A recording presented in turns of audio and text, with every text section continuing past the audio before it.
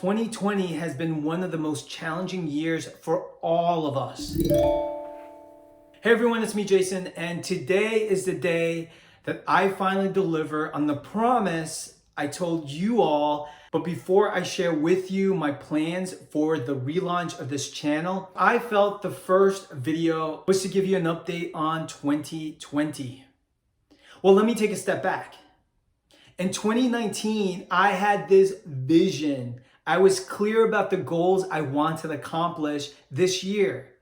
I created a vision board. I set out goals. I had a plan that I was going to follow through to make sure I achieved certain milestones.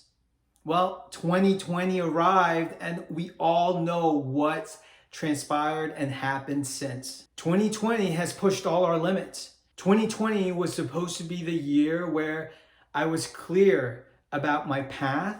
I had vision, I had clarity, I had focus. Every single word you can associate with 2020, vision, right? Our eyes.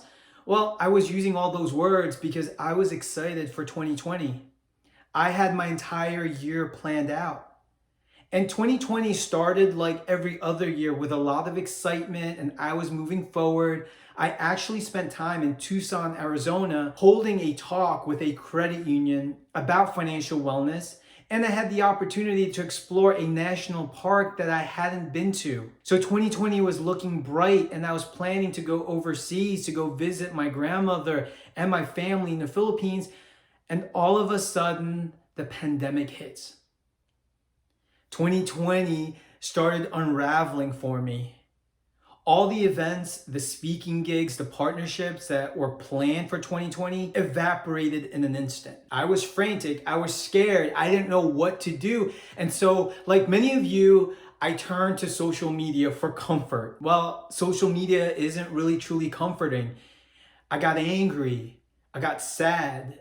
I went through all these different types of emotions to the point I felt so agitated and angry at pretty much everything and anyone.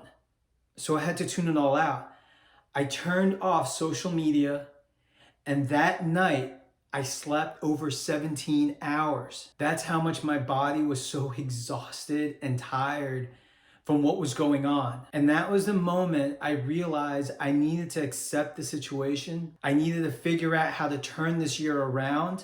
I told myself to dive into the work that I was doing, to explore new interests, to reconnect with friends that are far away. I did all that and that was great. That gave me comfort, that made me feel good, but it didn't mean things were easier. It surely helped. That helped me leave the pit of despair and that feeling of that downward spiral into something more hopeful.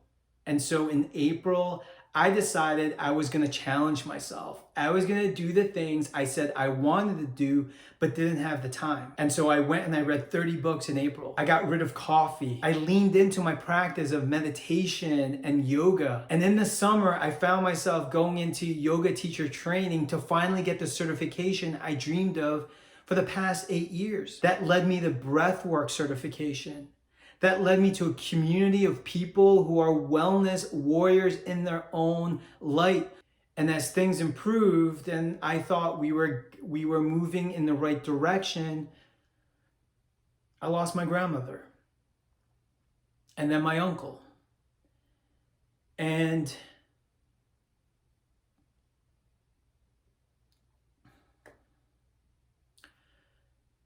it's just a reminder that anything and everything can happen. And it's important for us to continue moving forward. So one thing that 2020 has taught me is to never give up. All those times where I was ready to give up, raise my hand and say, I give up, I realized I needed to just give in. Give in to the situations I can't control so I can refocus my attention on the things I can. I can't control what this virus is doing. I can't control what's happening with the civil unrest, with politics, with what have you, but I can control in how I respond. I realize that much of what's happening around the world wants us to react. They want us to get angry. They want us to just have some emotional reaction. So we're all irrational. And then when I took a moment to breathe and to assess my situation and accept the fact there are things I can't control, but there are many things I can, things got better. I couldn't control what was happening with the virus. I couldn't control what was happening with the world around me, but I was sure gonna try to control how I respond to it all. So when I wanted to give up, I decided I needed to just give in and give in to the situation that's all around me. It was accepting that there's certain things I can't control, but there are some things I can control, and I can control my response. I realized so much of the world is asking us to react, and I was falling for it. I was reacting on social media, and I was getting angry. I was getting agitated. I was pushing people away instead of pulling them in. And so when I had a moment to breathe and collect myself, I realized my purpose in life is to pull people in, to get them closer to each other. I know many of you are still struggling, but I'm hopeful. I'm hopeful that as we turn the corner, 2021 will be a brighter, happier, healthier year for all of us. Now I'm being an optimist, and I prefer to be an optimist than a pessimist. But that doesn't mean I can't look at the world and accept there are things we need to change and things we need to improve and work on. I just want to hold on to hope. I want to hold on to hope that it can and will be better. I know we have a few weeks left in 2020. And many of us just want to crawl into bed and hide for the next few weeks and wait out the new year. But I want to challenge you. I want to challenge you to get up, to stand up, to rise, to be hopeful that next year will be better, because it can be better. And finally, I want you all to think of 2020 not as a year we want to forget and move past. I want you to think of 2020 as a year of transformation. I know it's still difficult for so many people, and I'm still going through my own challenges.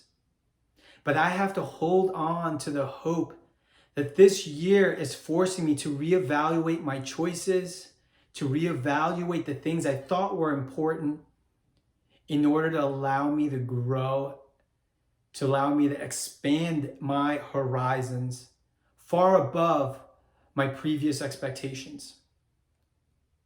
2020 doesn't have to define us. 2020 can be the year of change, of transformation. We were forced to self-isolate, to socially distance. You can think of this year as a year we all went into our cocoon. We were all caterpillars in a cocoon, ready to burst out into a full-blown butterfly. So take the last few weeks of this year of transformation to collect your thoughts, to write down your hopes and your dreams for a better new year, and to allow yourself to embrace the opportunity that we will all burst out of this cocoon and fly free, free like a butterfly. I want to thank you all for taking the time to listen and to hope with me that 2020 will not be the year that defines us, but the year that transforms us. Thank you, and have a good one.